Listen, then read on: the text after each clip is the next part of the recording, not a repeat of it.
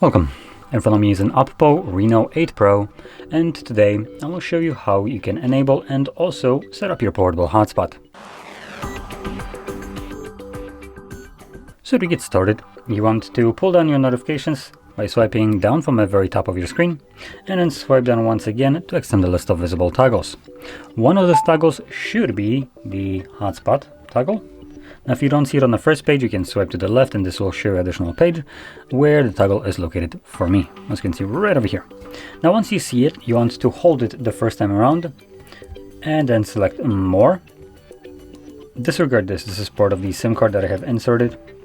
For some reason, it's still enabled, so I'm gonna turn it off.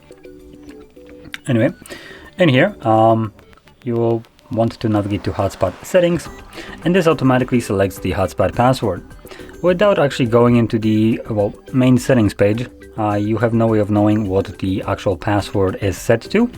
But I do recommend you to actually select the hotspot settings and then just change your password, as it is randomly generated, so not a very fun password to try and remember. So I'm gonna get rid of mine. Now, your password will need to have at least 8 characters in length, and that can be letters or numbers, or both. Then we have a bunch of settings below here. You can customize them to fit your needs. If you don't know what these do, I recommend keeping them as they are set by default, as this ensures that the hotspot works with the widest array of devices. From there, click on the check mark to save the changed password. And now, find the toggle once more, and simply press on it to toggle it on.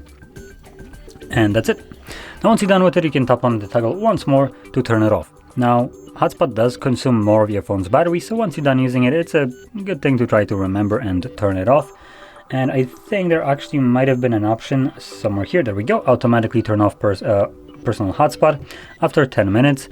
So this is a good option to keep enabled, as if you forget about your hotspot, the device will turn it off for you after 10 minutes of inactivity.